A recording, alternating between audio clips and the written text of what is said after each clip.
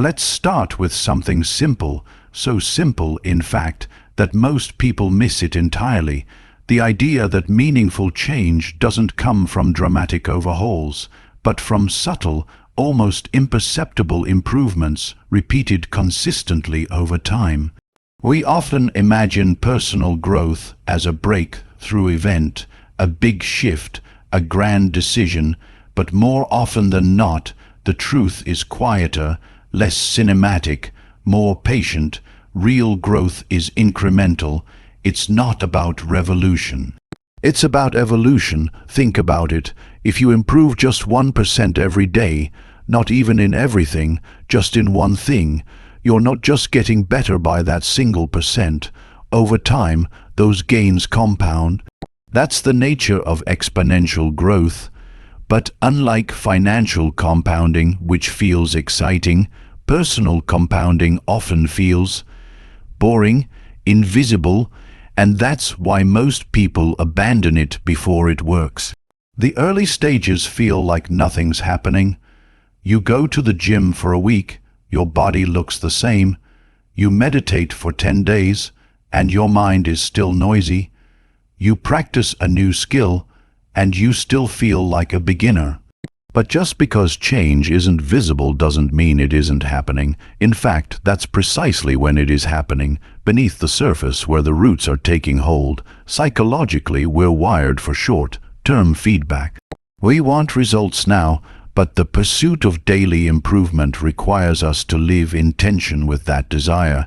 It demands a deeper kind of patience, what the philosopher might call temporal humility, a willingness to work today without immediate reward, to trust the process even when the outcome is uncertain, and that, in itself, is a form of strength.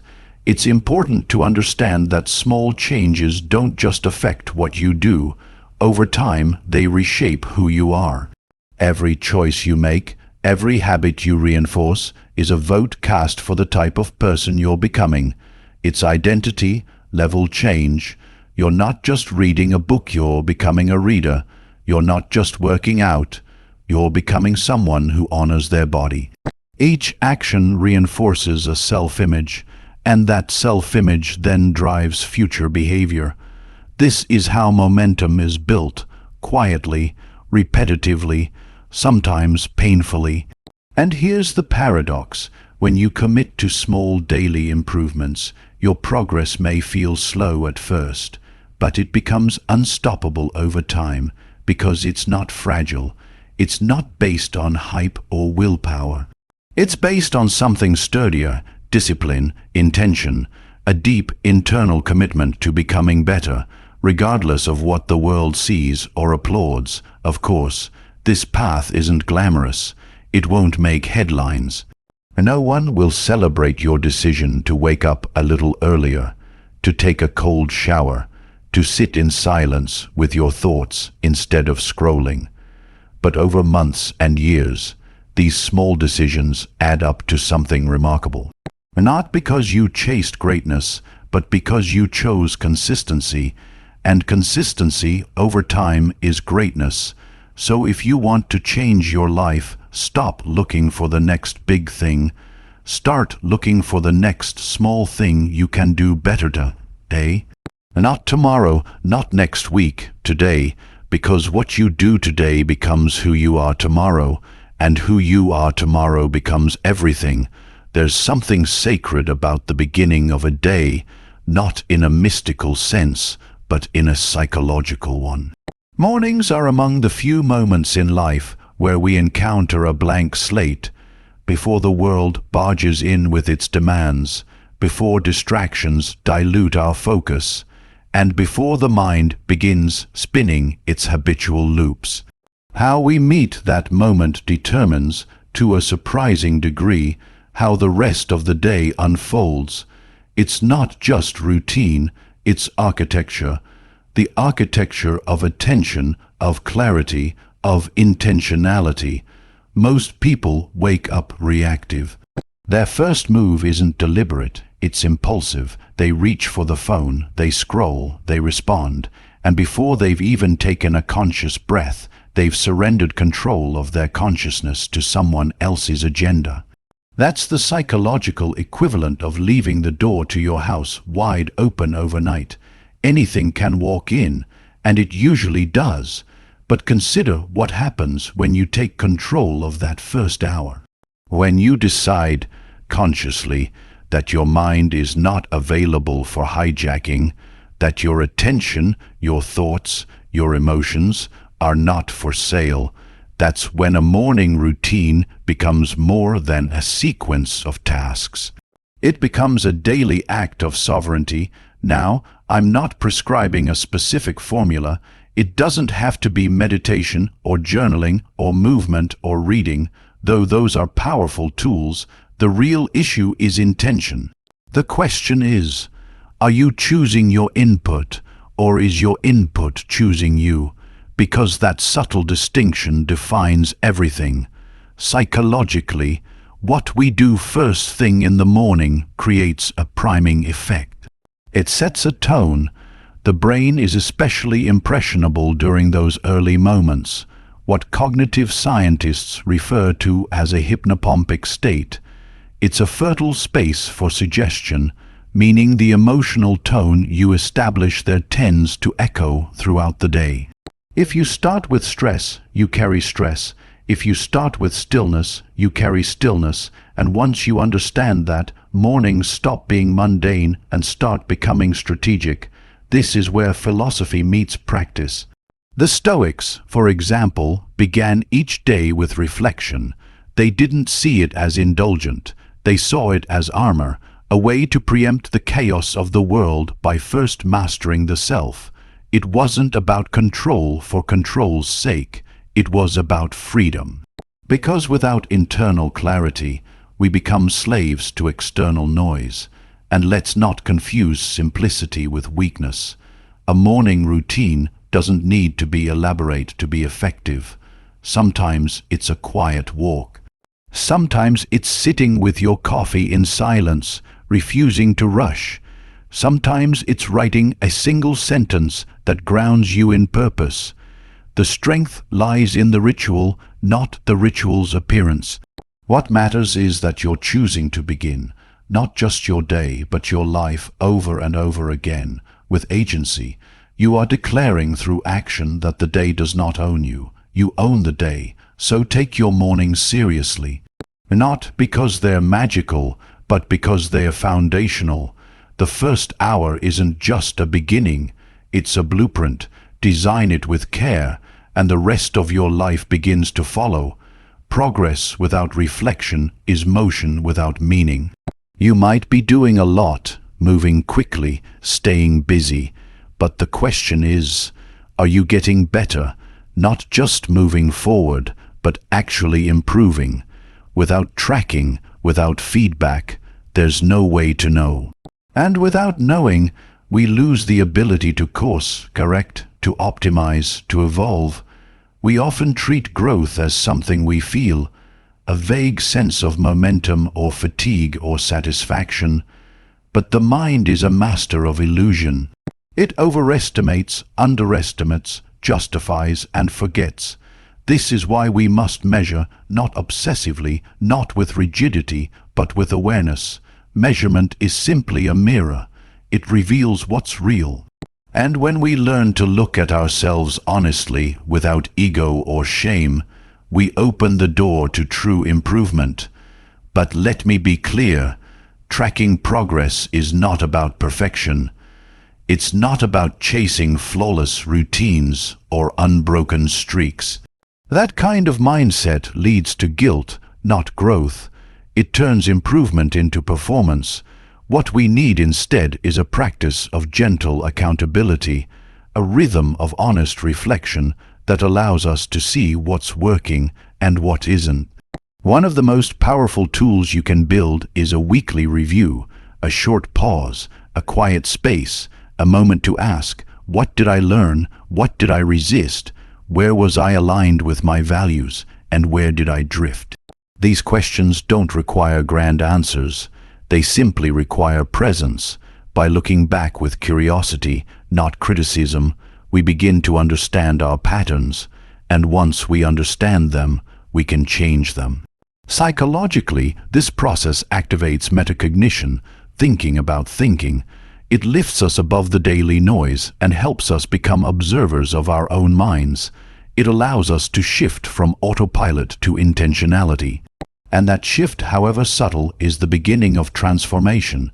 There's also a deeper truth here, one rooted in ancient philosophy.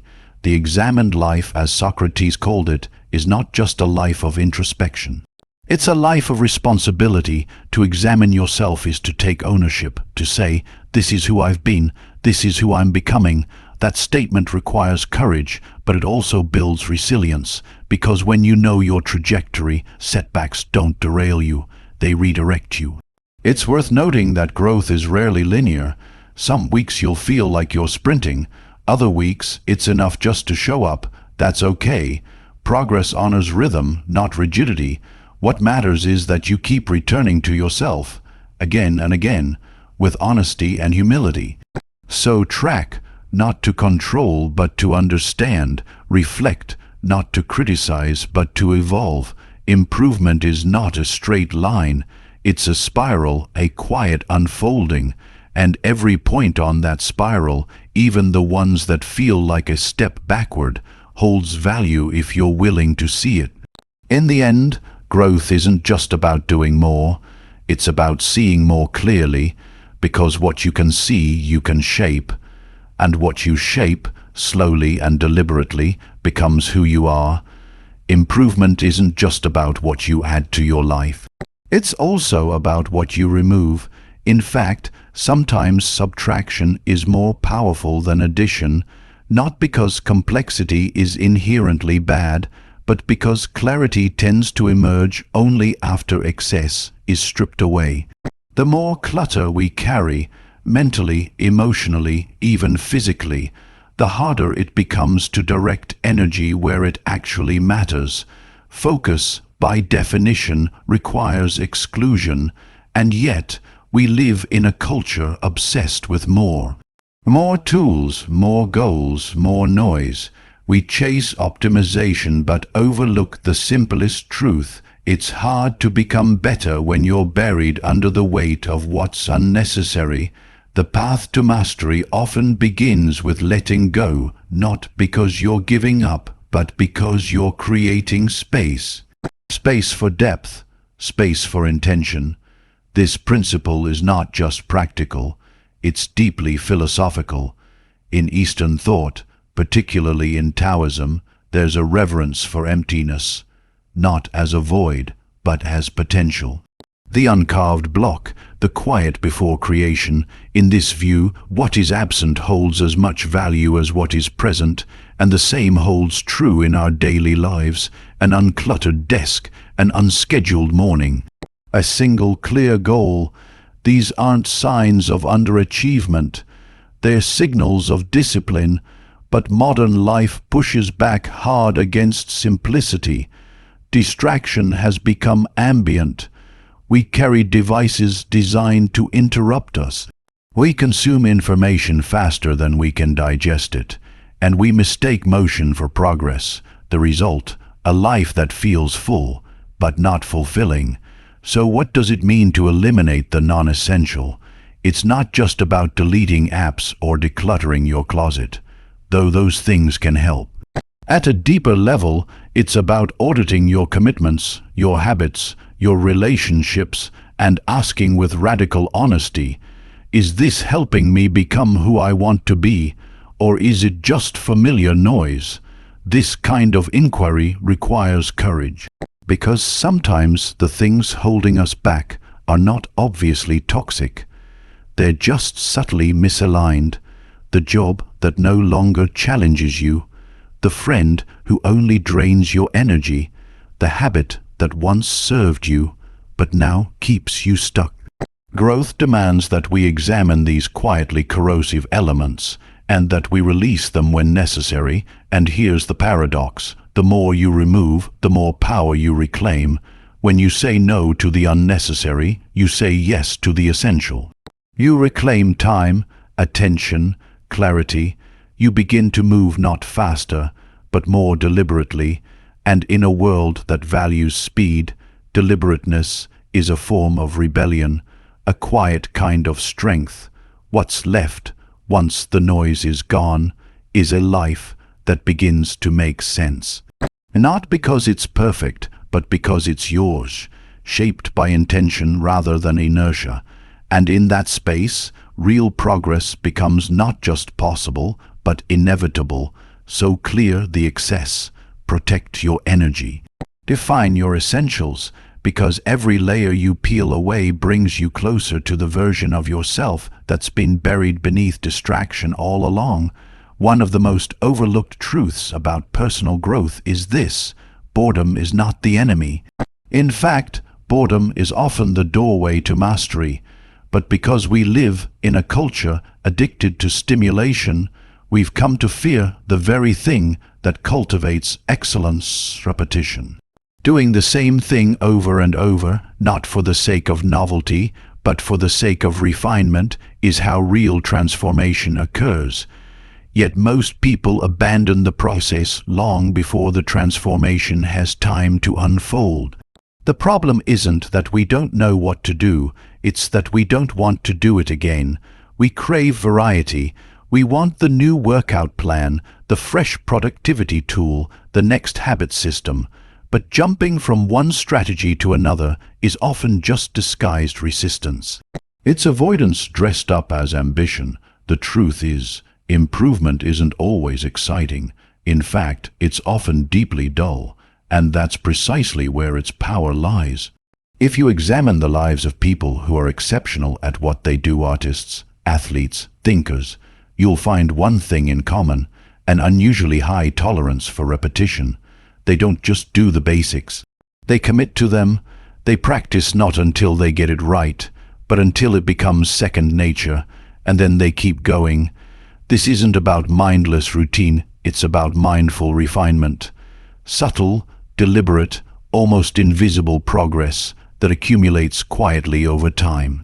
From a psychological perspective, repetition is how the brain learns. Neuroplasticity, the mechanism that underpins growth and skill acquisition, doesn't thrive on novelty, it thrives on consistency. Neural pathways are strengthened through repeated activation. When you do something once, you begin a trace. When you do it 1,000 times, you carve a groove. Behavior becomes identity. But let's be honest, this process is uncomfortable. It forces us to confront our own impatience, our own need for immediate gratification. There's a quiet kind of suffering in doing the same thing again, especially when it feels like nothing is happening. And yet, that discomfort is part of the alchemy. It's the testing ground where discipline is forged. Philosophically, this speaks to a deeper kind of commitment, the willingness to return to something even when it doesn't offer immediate reward. It's a form of integrity, a declaration that your values, not your mood, determine your actions. There's something profoundly stabilizing about that, because in a world full of distractions and emotional volatility, routine becomes an anchor. So if you're bored with your process, good, it means you're doing it enough.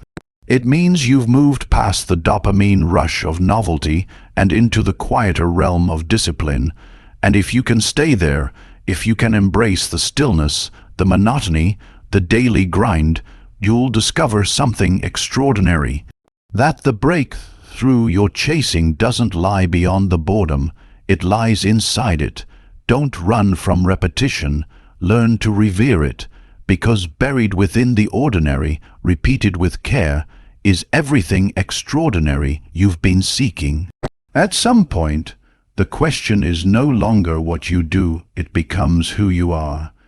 You can build habits, create systems, follow routines, but if those actions aren't rooted in a deeper identity, they'll eventually fall apart.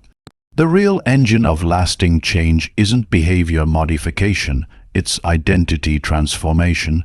You don't just want to get better at something, you want to become the kind of person who improves, someone for whom growth isn't a goal, it's a way of living. This shift is subtle but profound. Most people start with outcomes. I want to lose weight. I want to be more focused. I want to start a business. But outcomes are results. They're symptoms of identity. If you build everything on the surface level, without upgrading the underlying story you tell yourself, you'll be in constant conflict. You'll keep taking actions that contradict the identity you're still clinging to. And eventually, the identity wins. The philosopher Charles Taylor speaks of the moral frameworks that shape who we are, internal maps we use to navigate what's good, worthwhile, or meaningful. Your actions don't emerge from nowhere. They emerge from that internal map. And if you never revise the map, you'll keep walking in circles. So how do you become the kind of person who improves? You begin by noticing the language you use, especially when talking to yourself. Do you say, "I'm not a morning person. I've always been disorganized. I'm just not good with money"? These aren't harmless phrases. They're declarations of identity, unconscious contracts you've signed with your past. If you want to change your life, start by renegotiating those contracts. Replace them with something sturdier, something future-facing, because identity isn't static. It's not handed to you. It's shaped, reinforced, and rewritten by what you do, especially in private, especially when no one's watching. Each small action is like a vote. Every time you show up, you cast a vote for the person you're becoming. That's the real power of consistency. It doesn't just lead to outcomes, it reshapes who you believe yourself to be. And this isn't about creating a new persona. It's about uncovering a deeper truth. You're not becoming someone else. You're becoming more fully yourself. Peeling back the layers of distraction, fear, and conditioning to reveal the version of you that's capable, resilient, and aligned. This is why the work is hard. Not because the habits are complicated, but because they demand you confront who you've been and decide again and again who you're willing to become. And that's not a single moment of revelation. It's a daily reckoning. Every time you take the easy path, the reactive path, you reinforce an older version of yourself. And every time you choose growth, even in the smallest way, you cast a vote for your future. So don't just act differently. Be differently. Let your identity catch up with your vision. Because once you believe you're the kind of person who improves, everything else begins to align. Not overnight, but inevitably. The goal isn't to become perfect. The goal is to become true. And that begins the moment you choose to become who you were always capable of being.